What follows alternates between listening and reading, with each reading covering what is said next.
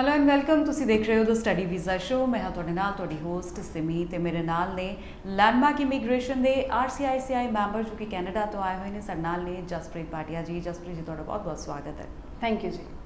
जसप्रीत जी मैं तुहाडे नाल अक्सर गल करदी हाँ PR दी, क्योंकि तुसी खुद उत्थे कैनेडा सैटल हो तो तुहानू बहुत थॉरो नॉलेज है PR दी। अलग अलग प्रोग्राम्स तुसी दसदे हो कि जिहदे थ्रू जिहड़े साडे इत्थे बैठे लोग ने अप्लाई कर सकते हैं। तो इसे तरह एक प्रोग्राम है केयर गिवर प्रोग्राम। मैं चाहनी हाँ भी तुसी अज इस प्रोग्राम बारे नॉलेज दो साडे व्यूअर्स नू कि किस तरह केयर गिवर प्रोग्राम के थ्रू इत्थे बैठे जिहड़े लोग ने साडे वो कैनेडा दी PR अप्लाई कर सकते हैं। बिल्कुल अपने इंडिया ਦੇ ਵਿੱਚ केयर गिवर प्रोग्राम बहुत कॉमनली वर्ड यूज़ किया जाता है। नैनी प्रोग्राम बहुत कॉमन वर्ड यूज़ किया जाता है, बट केयर गिवर प्रोग्राम पिछले 2 साल पहला ही बंद हो गया सी। बट बहुत सारे इंडिया 'ਚ लोग है जिन्होंने अवेयरनेस नहीं हैगी कि एक नवा प्रोग्राम इंट्रोड्यूस किया गया कैनेडा की इमीग्रेशन वालों, जिसका नाम है home child care pilot programme HCCP ਤੇ home support worker pilot programme HSW। ਇਹ ਦੋ ਕੈਟਾਗਰੀਜ਼ ਹੈਗੀਆਂ ਹੈ ਜਿਹੜੀਆਂ ਇਸ ਟਾਈਮ ਤੇ ਓਪਨ ਹੈਗੀਆਂ ਹੈ for your caregiver programme. ਆਪਾਂ ਲੇਮਨ ਲੈਂਗੁਏਜ ਅਗਰ ਗੱਲ ਕਰੀਏ केयर गिवर प्रोग्राम ਹੀ ਇਹਨੂੰ ਕਹਿ ਸਕਦੇ ਹਾਂ, but this caregiver programme officially is known as HSW and HCCP pilot programme. ਇਸ ਪ੍ਰੋਗਰਾਮ ਦੀ ਅਗਰ ਮੈਂ ਐਲੀਜੀਬਿਲਿਟੀ ਦੀ ਗੱਲ ਕਰਾਂ, ਸਾਡੇ ਕੋਲ ਸਭ ਤੋਂ ਵੱਡੀ ਐਲੀਜੀਬਿਲਿਟੀ ਦਾ ਫੈਕਟਰ ਮੀਟ ਕਰਨ ਲਈ ਇਸ ਪ੍ਰੋਗਰਾਮ ਦੇ ਵਿੱਚ ਹੈਗਾ ਹੈ ਕਿ ਆਪਣੇ ਕੋਲ ਕੈਨੇਡਾ ਤੋਂ ਇੰਪਲੋਇਰ ਹੋਣਾ ਬਹੁਤ ਜ਼ਰੂਰੀ ਹੈ, ਜਿਹੜਾ ਕਿ ਤੁਹਾਨੂੰ ਇੱਕ ਜੌਬ ਲੈਟਰ ਦੇਗਾ ਤੇ ਉਹ ਤੁਹਾਨੂੰ ਫਿਰ ਤੁਹਾਡੇ ਕੋਲ ਅਗਰ ਉਹ ਜੌਬ ਲੈਟਰ ਹੈਗਾ ਹੈ ਤੁਸੀਂ ਡੈਫੀਨੇਟਲੀ ਇਸ ਪ੍ਰੋਗਰਾਮ ਦੇ ਅੰਡਰ ਅਪਲਾਈ ਕਰ ਸਕਦੇ ਹੋ। ਜੀ ਬਿਲਕੁਲ, ਮਤਲਬ ਤੁਹਾਨੂੰ ਉੱਥੋਂ ਕੋਈ ਇਹ ਕਹਿਣ ਵਾਲਾ ਹੋਣਾ ਚਾਹੀਦਾ ਹੈ ਕਿ I need this person to take care of me or my children, ਤਾਂ ਅਗਰ ਤੁਸੀਂ ਈਜ਼ੀਲੀ ਅਪਲਾਈ ਕਰ ਸਕਦੇ ਹੋ। ਬੇਸਿਕ ਐਲੀਜੀਬਿਲਿਟੀ ਅਗਰ ਦੇਖੀ ਜਾਏ, ਇੱਧਰੋਂ ਜਿਹੜਾ ਪਰਸਨ ਜਾ ਰਿਹਾ ਆ ਕਿੰਨੀ ਉਹਦੀ ਸਟੱਡੀ ਹੋਣੀ ਚਾਹੀਦੀ ਹੈ, ਕਿੰਨਾ ਉਹਨੂੰ ਵਰਕ ਐਕਸਪੀਰੀਅੰਸ ਕਿਹੜੇ ਫੀਲਡ 'ਚ ਹੋਣਾ ਚਾਹੀਦਾ, ਇਹਦੇ ਬਾਰੇ ਵੀ ਥੋੜਾ ਇਨਫੋਰਮੇਸ਼ਨ। ਬਿਲਕੁਲ, ਤੁਹਾਡੇ ਕੋਲ ਐਜੂਕੇਸ਼ਨ ਕੋਈ ਮਾਸਟਰਸ ਜਾਂ ਬੈਚਲਰਸ ਹੋਣ ਦੀ ਜ਼ਰੂਰਤ ਨਹੀਂ ਹੈਗੀ, ਬਿਕਾਜ਼ ਕੈਨੇਡੀਅਨ ਇਮੀਗ੍ਰੇਸ਼ਨ ਸਮਝਦਾ ਹੈ ਕਿ ਇੱਕ ਬੰਦਾ ਅਗਰ ਜੋ ਨਾਨੀ ਦਾ ਐਕਸਪੀਰੀਅੰਸ ਲੈ ਕੇ ਇੰਡੀਆ ਦੇ ਵਿੱਚ ਹੈਗਾ ਉਹ ਓਬਵੀਅਸਲੀ ਬੈਚਲਰਸ ਜਾਂ ਮਾਸਟਰਸ ਨਹੀਂ ਹੋਏਗਾ। ਉਹ ਡੈਫੀਨੇਟਲੀ ਉਹਨਾਂ ਕੋਲ ਇੱਕ ਪੋਸਟ ਸੈਕੰਡਰੀ ਐਜੂਕੇਸ਼ਨ ਹੋਏਗੀ। ਤੁਹਾਡੇ ਕੋਲ ਪੋਸਟ ਸੈਕੰਡਰੀ ਐਜੂਕੇਸ਼ਨ ਹੋਣੀ ਜ਼ਰੂਰੀ ਹੈ। ਵਰਕ ਐਕਸਪੀਰੀਅੰਸ ਅਗਰ ਤੁਹਾਡੇ ਕੋਲ ਹੈ, well and good, it is very good you have work experience. ਕਿਤੇ ਵੀ ਉਹਨਾਂ ਦੇ ਪ੍ਰੋਗਰਾਮ 'ਚ ਮੈਂਸ਼ਨ ਨਹੀਂ ਹੈ ਕਿ ਉਹ ਵਰਕ ਐਕਸਪੀਰੀਅੰਸ ਪੇਡ ਹੋਣਾ ਚਾਹੀਦਾ ਹੈ, ਅਨਪੇਡ ਹੋਣਾ ਚਾਹੀਦਾ ਹੈ। ਯੂ ਨੀਡ ਟੂ ਸ਼ੋ ਕਿ ਤੁਸੀਂ ਜਾ ਕੇ ਜਿਹੜੀ ਜੌਬਸ ਦੀਆਂ ਰਿਸਪੌਂਸਿਬਿਲਿਟੀਜ਼ ਹੈ ਉਹ ਪਰਫਾਰਮ ਕਰ ਸਕਦੇ ਹੋ। ਫॉर एग्जांपल अगर ਤੁਸੀਂ ਕਿਸੇ 올ਡ ਏਜ ਦੀ ਅਸਿਸਟੈਂਸ ਲਈ ਕੈਨੇਡਾ ਜਾ ਰਹੇ ਹੋ ਤਾਂ ਤੁਸੀਂ ਇੰਡੀਆ ਦੇ ਵਿੱਚ ਕਿਵੇਂ ਉਸ ਐਕਸਪੀਰੀਅੰਸ ਨੂੰ ਪ੍ਰੂਵ ਕਰੋਗੇ? ਤਾਂ ਤੁਹਾਡੇ ਕੋਲ ਕੁਝ ਵੈਲਿਡ ਡਾਕੂਮੈਂਟਸ ਹੋਣੇ ਚਾਹੀਦੇ ਜਿਹਨਾਂ ਤੁਸੀਂ ਉਹ ਵਰਕ ਐਕਸਪੀਰੀਅੰਸ ਪ੍ਰੂਵ ਕਰ ਸਕਦੇ ਹੋ ਕਿ ਤੁਸੀਂ ਫॉर एग्जांपल ਕਿਸੇ ਲੌਂਗ ਟਰਮ ਹੋਮ ਦੇ ਵਿੱਚ ਕੰਮ ਕੀਤਾ ਹੈ, ਲੌਂਗ ਟਰਮ ਕੇਅਰ ਹੋਮ 'ਚ ਕੰਮ ਕੀਤਾ ਹੈ, 올ਡ ਏਜ ਦੇ ਕਿਸੇ ਹੋਮ 'ਚ ਕੰਮ ਕੀਤਾ ਹੈ, ਕਿਸੇ ਤੁਸੀਂ NGO 'ਚ ਕੰਮ ਕੀਤਾ ਹੈ ਜਿੱਥੇ 올ਡ ਏਜ ਦੇ ਲੋਕੀ ਹੈਗੇ, ਤੁਸੀਂ ਉਹਨਾਂ ਨੂੰ ਵੋਲੰਟਰੀਲੀ ਵੀ ਅਗਰ ਕੰਮ ਕਰ ਰਹੇ ਹੋ ਤਾਂ ਉਹ ਵੀ ਕਾਊਂਟ ਹੋ ਸਕਦਾ ਹੈ। ਬਟ ਅਗਰ ਤੁਹਾਡੇ ਕੋਲ ਪ੍ਰੋਪਰ ਲੈਟਰ ਹੋਣਾ ਚਾਹੀਦਾ ਹੈ ਕਿ ਤੁਸੀਂ ਉੱਥੇ ਇੰਨੇ ਘੰਟੇ ਡਿਵੋਟ ਕਰਦੇ ਹੋ। ਸੈਕੰਡਲੀ, ਅਗਰ ਤੁਹਾਡੇ ਕੋਲ ਐਜੂਕੇਸ਼ਨ ਹੈ, ਤੁਸੀਂ ਕੋਈ ਨਾਨੀ ਦਾ ਡਿਪਲੋਮਾ ਕੀਤਾ ਹੈ, ਵੈਲ ਐਂਡ ਗੁੱਡ। ਅਗਰ ਤੁਸੀਂ ਕਿਸੇ ਹਸਪੀਟਲ 'ਚ ਐਜ਼ ਅ ਨਰਸ ਲੱਗੇ ਹੋ, ਤੁਸੀਂ ਬੱਚਿਆਂ ਦੇ ਡਾਕਟਰ, ਤੁਸੀਂ ਬੱਚਿਆਂ ਦੀ ਨਰਸ ਹੋ, ਬੱਚਿਆਂ ਨੂੰ ਟੇਕ ਕੇਅਰ ਕਰਦੇ ਹੋ, ਕਿਸੇ ਆਂਗਣਵਾੜੀ ਸਕੂਲ 'ਚ ਟੀਚਰ ਹੈਗੇ ਹੋ, ਛੋਟੇ ਬੱਚਿਆਂ ਦੇ ਕਿੰਡਰਗਾਰਟਨ ਸਕੂਲ 'ਚ ਬੱਚਿਆਂ ਨੂੰ ਦੇਖਦੇ ਹੋ, ਤਾਂ ਤੁਹਾਡੇ ਕੋਲ then you will apply under home child care support programme. ਤੇ ਹੋਮ ਸਪੋਰਟ ਵਰਕਰ ਪ੍ਰੋਗਰਾਮ ਉਹਨਾਂ ਲਈ ਹੋਏਗਾ ਜਿਹੜੇ ਕਿ ਬਜ਼ੁਰਗ ਲੋਕਾਂ ਨੂੰ ਦੇਖਦੇ ਹੈ। ਤੇ ਬੇਸਿਕਲੀ ਆਪਾਂ ਕੋਲ ਇਹਦਾ ਐਕਸਪੀਰੀਅੰਸ ਤੇ ਜਾਂ ਇਹਦੀ ਪੜ੍ਹਾਈ ਹੋਣੀ ਜ਼ਰੂਰੀ ਹੈ। ਨਾਨੀ ਪ੍ਰੋਗਰਾਮ ਜਾਂ ਇਹੋ ਜਿਹੀ ਕੁਛ ਵੀ, ਦੋਨਾਂ 'ਚੋਂ ਇੱਕ ਹੋਏ ਜਾਂ ਦੋਨੋਂ ਹੋਣ ਤਾਂ ਵੈਲ ਐਂਡ ਗੁੱਡ, ਜ਼ਿਆਦਾ ਸਟਰੋਂਗ ਹੋਏਗੀ ਫਾਈਲ। ਦੋਨਾਂ 'ਚੋਂ ਇੱਕ ਹੋਏ ਤਾਂ ਵੀ ਤੁਸੀਂ ਐਲੀਜੀਬਲ ਹੋ ਜਾਂਦੇ ਹੋ। IELTS ਐਗਜ਼ਾਮ ਹੋਣਾ ਐਜ਼ ਯੂਜੂਅਲ ਜ਼ਰੂਰੀ ਹੈ, ਬਟ ਆਪਾਂ ਦੀ IELTS ਰਿਕੁਆਇਰਮੈਂਟ ਬਹੁਤ ਹਾਈ ਨਹੀਂ ਹੈਗੀ। ਸਾਡੇ ਕੋਲ CLB 5 ਦੀ ਹੀ ਰਿਕੁਆਇਰਮੈਂਟ ਹੈਗੀ ਹੈ ਇਹਦੇ ਵਿੱਚ। ਤੇ if you have these to things along with N employer who is ready to give you a job offer, ਤੇ ਆਪਾਂ ਇਸ ਪ੍ਰੋਗਰਾਮ ਦੇ ਵਿੱਚ ਅਪਲਾਈ ਕਰ ਸਕਦੇ ਹਾਂ। ਬਿਲਕੁਲ ਜਸਪ੍ਰੀਤ ਜੀ, ਤੁਸੀਂ ਕਿਹਾ ਕਿ ਅਗਰ ਤੁਸੀਂ ਕੋਰਸ ਕੀਤਾ ਹੋਇਆ ਹੋਮ ਕੇਅਰ ਦਾ ਜਾਂ ਨਾਨੀ ਦਾ, ਉਹ ਬਹੁਤ ਬੈਨੀਫੀਸ਼ੀਅਲ ਹੈ। ਮੈਂ ਚਾਹੁੰਦੀ ਹਾਂ ਕੋਰਸ ਬਾਰੇ ਤੁਸੀਂ ਥੋੜ੍ਹੀ ਜਿਹੀ ਇਨਫੋਰਮੇਸ਼ਨ ਦੇ ਦਿਓ ਕਿ ਕਿੰਨੀ ਡਿਊਰੇਸ਼ਨ ਹੁੰਦੀ ਹੈ, ਕਿੰਨਾ ਟਾਈਮ, ਕਿੰਨੇ ਸਕੋਰ ਤੁਹਾਨੂੰ ਇਸ ਕੋਰਸ 'ਚ ਬੇਸਿਕ ਚਾਹੀਦੇ ਹੁੰਦੇ ਨੇ। ਦੇਖੋ, ਇੱਕ ਡਿਪਲੋਮਾ ਹੋਣਾ ਚਾਹੀਦਾ। ਤੁਸੀਂ ਡਿਪਲੋਮਾ ਹੁੰਦਾ ਹੈ ਨਾਨੀ ਦਾ, ਜਿਹੜੇ ਬਹੁਤ ਬੱਚੇ ਕਰਦੇ ਆ ਇੰਡੀਆ ਦੇ ਵਿੱਚ। ਤੁਸੀਂ ਅਗਰ ਉਹ ਨਾਨੀ ਦਾ ਇੱਕ ਕੋਰਸ ਕੀਤਾ ਹੈ, 1 ਸਾਲ ਦੀ ਡਿਊਰੇਸ਼ਨ ਦਾ ਵੀ ਕੀਤਾ ਹੈ, ਦੈਟ ਵੁੱਡ ਸਫਾਈਜ਼। ਯੈਸ, ਤੁਹਾਡੇ ਕੋਲ ਹਾਈ ਸਕੂਲ ਹੋਣਾ ਬਹੁਤ ਜ਼ਰੂਰੀ ਹੈ। ਪੋਸਟ ਸੈਕੰਡਰੀ ਐਜੂਕੇਸ਼ਨ ਹੋਣੀ ਬਹੁਤ ਜ਼ਰੂਰੀ ਹੈਗੀ ਹੈ before you apply for this. ਨਾਨੀ ਪ੍ਰੋਗਰਾਮ ਹੈ ਤਾਂ ਵੈਰੀ ਗੁੱਡ, ਅਗਰ ਤੁਸੀਂ ਐਜੂਕੇਸ਼ਨ ਨਾਨੀ ਪ੍ਰੋਗਰਾਮ 'ਚ ਕੀਤੀ ਹੈ। ਨਹੀਂ ਹੈ ਤਾਂ ਅਗਰ ਤੁਹਾਡੇ ਕੋਲ ਐਕਸਪੀਰੀਅੰਸ ਹੈ ਆਫ ਫॉर एग्जांपल ਤੁਸੀਂ ਕਿਸੇ ਘਰ 'ਚ ਨਾਨੀ ਹੋ, ਤੁਸੀਂ ਪਿਛਲੇ 2-3 ਸਾਲਾਂ ਤੋਂ ਉਹਨਾਂ ਦੇ ਨਾਲ ਜੌਬ ਕਰ ਰਹੇ ਹੋ, ਤੁਸੀਂ ਉਹਨਾਂ ਤੋਂ ਜੌਬ ਲੈਟਰ ਬਣਵਾ ਸਕਦੇ ਸਕਦੇ ਹੋ ਉਹਨਾਂ ਤੋਂ, ਆਪਣੇ ਕੀ ਕਹਿੰਦੇ ਆ ਤੁਸੀਂ ਕੈਸ਼ ਵਾਊਚਰਸ ਉਹਨਾਂ ਤੋਂ ਲੈ ਸਕਦੇ ਹੋ ਜਿਹੜੇ ਤੁਸੀਂ ਸੈਲਰੀ ਲੈ ਰਹੇ ਹੋ। You have to prove that ਤੁਸੀਂ ਤੁਹਾਡੇ ਕੋਲ ਐਬਿਲਿਟੀ ਹੈਗੀ ਹੈ ਉਸ ਜੌਬ ਦੀ ਕੈਨੇਡਾ 'ਚ ਕਰਨ ਦੀ। ਐਜ਼ ਆਈ ਸੈਡ 2 ਜੌਬਸ ਇਹਦੇ 'ਚ ਐਲੀਜੀਬਲ ਹੈਗੀਆਂ ਹੈ, ਨੌਕਕੋਡ 4412 ਜੋ ਕਿ ਹੈਗਾ ਆਪਣਾ ਹੋਮ ਸਪੋਰਟ ਵਰਕਰ ਦਾ, ਨੌਕਕੋਡ 4411, ਠੀਕ ਹੈ। ਇਹ ਦੋਨੋਂ ਨੌਕਕੋਡ ਆਪਣੇ ਐਲੀਜੀਬਿਲਿਟੀ ਕ੍ਰਾਈਟੇਰੀਆ ਚਾਹੁੰਦੇ ਆ। ਇੱਕ ਨੌਕਕੋਡ ਜਿਹਦੇ 'ਚ ਆਪਾਂ ਬਜ਼ੁਰਗ ਦੀ ਬਜ਼ੁਰਗ ਦੀ ਟੇਕ ਕੇਅਰ ਕਰਦੇ ਹਾਂ ਜਿਹਨੂੰ ਆਪਾਂ ਕਹਿੰਦੇ ਹਾਂ ਹੋਮ ਸਪੋਰਟ ਵਰਕਰ।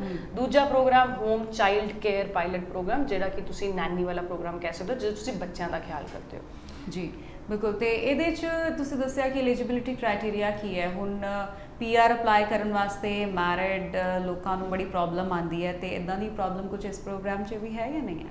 ਬਿਲਕੁਲ ਨਹੀਂ ਹੈ। ਆਈ ਵੁੱਡ ਸੇ ਇਸ ਪ੍ਰੋਗਰਾਮ ਦੇ 2 USPs ਹੈਗੇ ਨੇ। ਫਸਟ ਇਜ਼ ਕਿ ਜਿਹੜੀ ਤੁਸੀਂ ਜੌਬ ਆਫਰ ਇੰਪਲੋਇਰ ਤੋਂ ਲੈਣੀ ਹੈ ਉਹ ਵਿਦਆਊਟ LMI ਹੋ ਸਕਦੀ ਹੈ। ਦੈਟ ਇਜ਼ ਇਹਦੇ 'ਚ LMI ਦੀ ਕੋਈ ਲੋੜ ਨਹੀਂ। ਇੰਡੀਆ 'ਚ LMI ਦਾ ਨਾਮ ਸੁਣਦੇ ਹੀ ਲੋਕਾਂ ਨੂੰ ਇੱਦਾਂ ਲੱਗਦਾ ਕਿ ਸਾਨੂੰ ਬਹੁਤ ਸਾਰੇ ਪੈਸੇ ਦੇਣੇ ਪੈਣਗੇ ਜੌਬ ਲੈਣ ਦੇ ਕੈਨੇਡਾ 'ਚੋਂ, ਬਟ ਉਹ ਸਾਨੂੰ ਕੋਈ ਇਹਦੇ 'ਚ ਸਟ੍ਰੈਸ ਨਹੀਂ ਹੈਗਾ। You don't need any LMIA when you get a job offer from Canada. ਤੁਹਾਡੀ ਉਹ ਵਿਦਆਊਟ LMI ਜੌਬ ਆਫਰ ਹੁੰਦੀ ਹੈ। ਮਤਲਬ ਕਿ ਤੁਹਾਡਾ ਇੰਪਲੋਇਰ ਨੇ ਇੱਕ ਫਾਰਮ ਫਿਲ ਕਰਨਾ ਹੈ ਤੁਹਾਨੂੰ ਹਾਇਰ ਕਰਨ ਤੋਂ ਪਹਿਲਾਂ। ਉਹ ਫਾਰਮ ਆਪਾਂ ਤੁਹਾਡਾ ਫਾਈਲ ਦੇ ਵਿੱਚ ਲਗਾਉਂਦੇ ਹਾਂ if you are eligible to apply in this application. Second USP ਜਿਹਦੇ ਬਾਰੇ ਅਸੀਂ ਗੱਲ ਕਰ ਰਹੇ ਹਾਂ ਕਿ ਮੈਰਿਡ ਅਗਰ ਤੁਸੀਂ ਹੈਗੇ ਹੋ, ਤੁਹਾਡੇ ਬੱਚੇ ਹੈ, ਤਾਂ ਤੁਸੀਂ ਕਿਵੇਂ ਜਾ ਸਕਦੇ ਹੋ। ਤੇ ਤੁਸੀਂ ਅਗਰ ਮੈਰਿਡ ਹੈਗੇ ਹੋ, you don't have to stress out. ਤੁਸੀਂ ਆਪਣੇ ਸਪਾਊਸ ਦਾ ਵੀ ਨਾਲ ਆਪਣਾ ਵੀਜ਼ਾ ਲਗਾਓਗੇ ਐਪਲੀਕੇਸ਼ਨ ਦੇ ਵਿੱਚ, ਤੇ ਤੁਸੀਂ ਆਪਣੇ ਬੱਚਿਆਂ ਦੀ ਐਪਲੀਕੇਸ਼ਨ ਵੀ ਇਕੱਠੀ ਲਗਾਓਗੇ। ਇੱਥੇ ਮੈਂ ਕਲੈਰਿਟੀ ਦੇਣਾ ਚਾਹਾਂਗੀ ਕਿ PR ਕਿਵੇਂ ਹੋਏਗੀ ਇਸ ਪੂਰੇ ਪ੍ਰੋਸੈਸ ਦੇ ਵਿੱਚ। ਜਦੋਂ ਆਪਾਂ ਤੁਹਾਡੀ ਐਪਲੀਕੇਸ਼ਨ ਲਗਾਵਾਂਗੇ, ਤੁਹਾਨੂੰ ਪਹਿਲਾਂ ਵਰਕ ਪਰਮਿਟ ਮਿਲੇਗਾ ਕੈਨੇਡਾ ਜਾਣ ਦਾ। ਤੁਸੀਂ ਵਰਕ ਪਰਮਿਟ ਤੇ ਜਾਓਗੇ, ਤੁਹਾਨੂੰ ਵਰਕ ਪਰਮਿਟ ਮਿਲੇਗਾ ਆਕਿਊਪੇਸ਼ਨ ਰਿਸਟ੍ਰਿਕਟਿਡ। ਮੇਰਾ ਮਤਲਬ ਆਕਿਊਪੇਸ਼ਨ ਰਿਸਟ੍ਰਿਕਟਿਡ ਤੋਂ ਇਹ ਹੈਗਾ ਕਿ ਤੁਸੀਂ ਉੱਥੇ ਸਿਰਫ ਜਿਹੜੀ ਦਿਖਾ ਰਹੇ ਹੋ ਆਪਣਾ ਐਕਸਪੀਰੀਅੰਸ, ਜਿਹੜੀ ਤੁਹਾਡੀ ਲੈਟਰ ਦੇ ਵਿੱਚ ਲਿਖਿਆ ਹੈ ਕਿ ਤੁਸੀਂ for example home support worker the position ਲਈ ਜਾ ਰਹੇ ਹੋ, ਤਾਂ ਤੁਸੀਂ ਤੁਹਾਡਾ ਉਹ ਆਕਿਊਪੇਸ਼ਨ ਉਹੀ ਰਹੇਗੀ। ਤੁਸੀਂ ਉਸੇ ਆਕਿਊਪੇਸ਼ਨ ਦੇ ਰਿਲੇਟਡ ਕੰਮ ਕੈਨੇਡਾ ਦੇ ਵਿੱਚ ਕਰ ਸਕਦੇ ਹੋ। ਤੁਹਾਡੇ ਹਸਬੈਂਡ ਨੂੰ ਓਪਨ ਵਰਕ ਪਰਮਿਟ ਮਿਲੇਗਾ, ਮਤਲਬ ਕਿ ਉਹ ਹਸਬੈਂਡ ਜਾਂ ਵਾਈਫ ਜੋ ਵੀ ਹੈ, ਤੁਹਾਡਾ ਸਪਾਊਸ ਜਿਹੜਾ ਕੰਪਨੀ ਕਰ ਰਿਹਾ ਹੈ, ਉਹਨਾਂ ਨੂੰ ਓਪਨ ਵਰਕ ਪਰਮਿਟ ਮਿਲੇਗਾ। ਮਤਲਬ ਉਹ ਕਿ ਕੋਈ ਵੀ ਪਰਸਿਊ ਕਰ ਸਕਦੇ ਆ ਉੱਥੇ ਜਾ ਕੇ ਜੌਬ। ਐਂਡ ਸੈਕੰਡਲੀ ਤੁਹਾਡੀ ਸਾਰੀ ਫੈਮਿਲੀ ਦੀ ਐਪਲੀਕੇਸ਼ਨ ਇਕੱਠੀ ਲੱਗੇਗੀ, ਤੁਹਾਨੂੰ ਉੱਥੇ ਜਾ ਕੇ ਵਰਕ ਪਰਮਿਟ ਮਿਲੇਗਾ। ਵਰਕ ਪਰਮਿਟ ਲੈ ਕੇ ਜਾਓਗੇ ਤੁਸੀਂ ਉੱਥੇ 2 ਸਾਲ, ਤੁਹਾਨੂੰ ਉੱਥੇ 24 ਮਹੀਨੇ ਆਪਣਾ ਕੰਟੀਨਿਊਸ ਵਰਕ ਦਿਖਾਣਾ ਹੈ ਸੇਮ ਫੀਲਡ ਦੇ ਵਿੱਚ। ਐਂਡ ਉਸ ਤੋਂ ਬਾਅਦ ਜਿਵੇਂ ਤੁਹਾਡੇ ਕੋਲੋਂ 2 ਸਾਲ ਦਾ ਐਕਸਪੀਰੀਅੰਸ ਆ ਗਿਆ 36 ਮਹੀਨਿਆਂ ਦੇ ਵਿੱਚ, ਤੁਸੀਂ ਜਾ ਕੇ ਆਪਣੀ ਐਪਲੀਕੇਸ਼ਨ 'ਚੋਂ ਐਡੀਸ਼ਨਲ ਡਾਕੂਮੈਂਟ ਅਟੈਚ ਕਰੋਗੇ ਕਿ ਹੁਣ ਮੇਰੇ ਕੋਲ 2 ਸਾਲ ਦਾ ਵਰਕ ਐਕਸਪੀਰੀਅੰਸ ਹੋ ਗਿਆ ਹੈ। ਉਸ ਤੋਂ ਬਾਅਦ ਤੁਹਾਡੀ PR ਦੀ ਐਪਲੀਕੇਸ਼ਨ ਅਪਰੂਵ ਹੋ ਜਾਏਗੀ। ਤਾਂ basically this is first step towards your PR। ਉਹਦਾ ਤੁਹਾਨੂੰ ਇੱਥੋਂ ਜਦੋਂ ਤੁਸੀਂ ਅਪਰੂਵ ਹੋ ਕੇ ਜਾਓਗੇ, ਤੁਸੀਂ ਵਰਕ ਪਰਮਿਟ ਤੇ ਜਾਓਗੇ।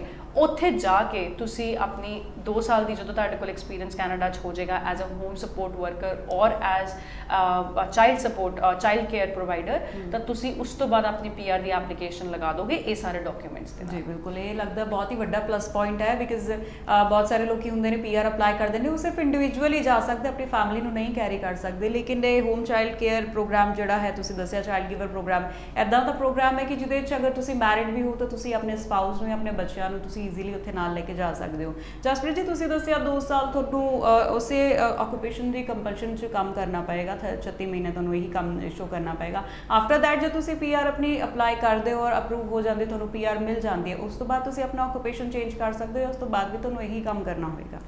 ਡੈਫੀਨੇਟਲੀ ਆਈ ਥਿੰਕ ਕੈਨੇਡਾ ਇੱਕ ਇਹੋ ਜਿਹਾ ਕੰਟਰੀ ਹੈ ਜਿਹਦੇ 'ਚ ਚਾਰਟਰ ਰਾਈਟਸ ਬਹੁਤ ਜ਼ਿਆਦਾ ਵੈਲਿਊ ਕਰਦੇ ਆ, ਮਤਲਬ ਉਹ ਲੋਕਾਂ ਦੀ ਵੈਲਿਊ ਬਹੁਤ ਜ਼ਿਆਦਾ ਕਰਦੇ ਆ। After you have your PR, nobody is going to look into what you are doing, but yes ਪਹਿਲਾਂ PR ਤੋਂ ਪਹਿਲਾਂ ਆਪਾਂ ਨੂੰ ਇਹ ਸਾਰੇ ਰੂਲਸ ਫੋਲੋ ਕਰਨੇ ਪੈਣੇ ਆ। ਆਫਟਰ ਯੂ ਆਰ PR ਤੁਸੀਂ ਆਪਣੀ ਡੈਫੀਨੇਟਲੀ ਆਕੂਪੇਸ਼ਨ ਚੇਂਜ ਕਰ ਸਕਦੇ ਹੋ। ਇੱਥੇ ਮੈਂ ਇੱਕ ਹੋਰ ਪੁਆਇੰਟ ਐਡ ਕਰਨਾ ਚਾਹਾਂਗੀ, ਜਿਵੇਂ ਫੋਰ ਐਗਜ਼ਾਮਪਲ ਤੁਸੀਂ ਕਿਸੇ 80 ਈਅਰਸ ਆਫ ਏਜ ਦੇ ਕੋਈ ਬਜ਼ੁਰਗ ਹੈਗੇ ਆ, ਉਹਨਾਂ ਦੀ ਟੇਕ ਕੇਅਰ ਕਰਨ ਲਈ ਕੈਨੇਡਾ ਜਾ ਰਹੇ ਹੋ, ਤੇ ਹੁਣ ਉਹ ਅਨਫੋਰਚੂਨੇਟਲੀ ਉਹਨਾਂ ਦੀ ਡੈਥ ਹੋ ਗਈ, ਤਾਂ ਤੁਸੀਂ ਬੋਲੋਗੇ ਕਿ ਮੈਂ ਆਪਣਾ ਵਰਕ ਐਕਸਪੀਰੀਅੰਸ ਹੁਣ ਕਿਵੇਂ ਪ੍ਰੂਵ ਕਰਾਂ, ਮੈਂ ਤਾਂ 6 ਮਹੀਨੇ ਦਾ ਖਿਆਲ ਰੱਖਿਆ ਤਾਂ ਹੁਣ ਮੇਰੇ ਕੋਲ ਜੌਬ ਨਹੀਂ ਹੈਗੀ।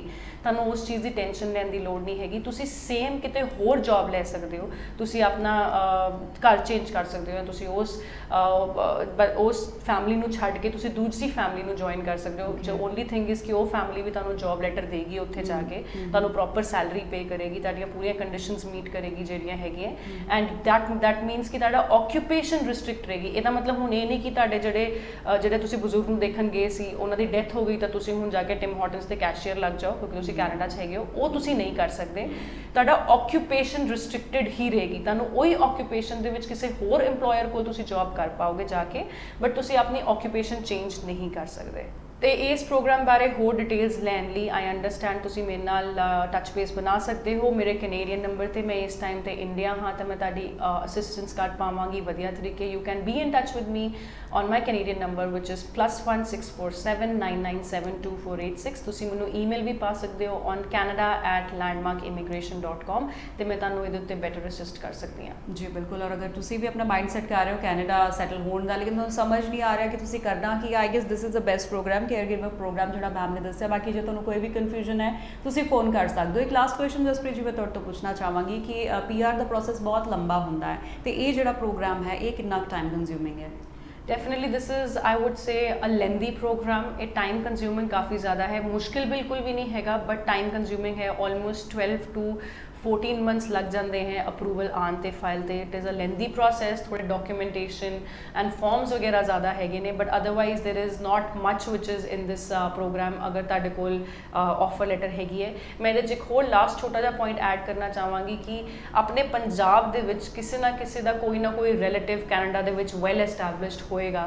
तो हुण आपां ये सोच रहे होवांगे कि मैम ने कहता दिता कि जॉब ऑफर होनी ज़रूरी है, लेकिन हुण जॉब ऑफर आएगी कित्थों? अगर मैं तुहानूं छोटा जिहा इत्थे एक हिंट देवां, ਤੁਹਾਡੇ ਅਗਰ ਕੋਈ ਵੀ 올ਡ ਏਜ ਤੁਹਾਡੇ ਤਾਇਆ ਜੀ, ਚਾਚਾ ਜੀ ਜਾਂ ਤੁਹਾਡੀ ਕੋਈ ਰੀਅਲ ਸਿਸਟਰ ਜਾਂ ਕੋਈ ਕਜ਼ਨ ਜਿਹੜੇ ਹੈਗੇ ਉਹ ਕੈਨੇਡਾ ਸੈਟਲਡ ਹੈ, ਉਹਨਾਂ ਦਾ ਕੋਈ ਛੋਟਾ ਬੇਬੀ ਹੈ ਜਾਂ ਕੋਈ 80 ਇਅਰਸ ਆਫ ਏਜ ਤੁਹਾਡੇ ਕੋਈ ਅੰਕਲ ਆਂਟ ਹੈਗੇ ਹੈ ਵੈਲ ਐਸਟੈਬਲਿਸ਼ਡ ਕੈਨੇਡਾ ਦੇ ਵਿੱਚ ਹੈਗੇ ਹੈ ਤੇ ਉਹਨਾਂ ਨੂੰ ਐਕਚੁਅਲੀ ਕਿਸੇ ਦੀ ਲੋੜ ਹੈ ਜੋ ਕਿ ਉਹਨਾਂ ਦੇ ਬੱਚਿਆਂ ਨੂੰ ਸੰਭਾਲੇ ਜਾਂ ਉਹਨਾਂ ਦੀ ਟੇਕ ਕੇਅਰ ਕਰੇ, ਤਾਂ ਤੁਸੀਂ ਉਹਨਾਂ ਤੋਂ ਵੀ ਜੌਬ ਆਫਰ ਆਪਣੀ ਮੰਗਾ ਸਕਦੇ ਹੋ ਵਿਚ is something very I think easy because ਆਪਣੇ relatives I'm sure most of the Punjabis have their NRI relatives in Canada। ਤੁਸੀਂ ਉਹਨਾਂ ਨਾਲ ਵੀ ਟੱਚ ਬੇਸ ਕਰ ਸਕਦੇ ਹੋ ਕਿ ਉਹ ਅਗਰ ਤੁਹਾਡੀ ਅਸਿਸਟੈਂਸ ਕਰ ਸਕਣ, ਤੁਹਾਨੂੰ ਆਫਰ ਲੈਟਰ ਦੇ ਸਕਣ, ਤੁਹਾਡੀ ਉਹ ਸੈਲਰੀ ਅਫੋਰਡ ਕਰ ਸਕਣ। That is something which is very important. ਮੈਂ ਇੱਥੇ ਤੁਹਾਨੂੰ ਇਹ ਨਹੀਂ ਕਹਿ ਰਹੀ ਕਿ ਤੁਸੀਂ ਪੇਪਰ ਬਣਵਾਉਣੇ ਆ ਉਹਨਾਂ ਤੋਂ, ਸਿਰਫ ਤੁਹਾਡੀ ਜੈਨੂਇਨਲੀ ਅਗਰ ਉਹਨਾਂ ਨੂੰ ਤੁਹਾਡੀ ਲੋੜ ਹੈਗੀ ਹੈ ਉਹ ਤੁਹਾਨੂੰ ਸੈਲਰੀ ਦੇਣਗੇ ਤਾਂ ਤੁਸੀਂ ਉਹਨਾਂ ਦੀ ਅਸਿਸਟੈਂਸ ਲੈ ਸਕਦੇ ਹੋ। And it is I think then becomes a very easy process. ਕਿਸੇ ਦਾ ਬੇਬੀ ਹੋਇਆ ਤੁਹਾਡੇ ਫਰੈਂਡ ਸਰਕਲ ਦੇ ਵਿੱਚ ਜਾਂ ਤੁਹਾਡੇ ਬ੍ਰਦਰ ਦਾ, ਸਿਸਟਰ ਦਾ, ਉਹਨਾਂ ਦੇ ਤੁਸੀਂ ਨੈਨੀ ਬਣ ਕੇ ਜਾ ਸਕਦੇ ਹੋ। ਇਹਦੇ 'ਚ ਉਹ ਕੋਈ ਕ੍ਰਾਈਟੀਰੀਆ ਨਹੀਂ ਹੈਗਾ ਕਿ ਰਿਲੇਸ਼ਨ ਦੇ ਵਿੱਚ ਤੁਸੀਂ ਜੌਬ ਆਫਰ ਨਹੀਂ ਲੈ ਸਕਦੇ। ਜੀ ਬਿਲਕੁਲ। ਤੇ ਮੈਨੂੰ ਲੱਗਦਾ ਬਹੁਤ ਹੀ ਈਜ਼ੀ ਤਾਂ ਨਹੀਂ ਕਹਿ ਸਕਦੇ ਲੇਕਿਨ ਫਿਰ ਵੀ ਥੋੜਾ ਜਿਹਾ ਫੇਵਰੇਬਲ ਲੱਗਦਾ ਹੈ ਲੋਕਾਂ ਨੂੰ ਕਿ ਜੇ ਤੁਹਾਡੇ ਰਿਲੇਟਿਵਸ ਬਾਹਰ ਨਹੀਂ ਤਾਂ this is one step forward ਕਿ ਤੁਸੀਂ ਕਿਸ ਤਰ੍ਹਾਂ ਉੱਥੇ ਰੀਚ ਕਰ ਸਕਦੇ ਹੋ। ਜਸਪ੍ਰੀਤ ਜੀ ਤੁਹਾਡਾ ਬਹੁਤ ਬਹੁਤ ਥੈਂਕਸ, ਤੁਸੀਂ ਇੰਨੀ ਇੰਪੋਰਟੈਂਟ ਇਨਫੋਰਮੇਸ਼ਨ ਅੱਜ ਸ਼ੇਅਰ ਕੀਤੀ। Thank you.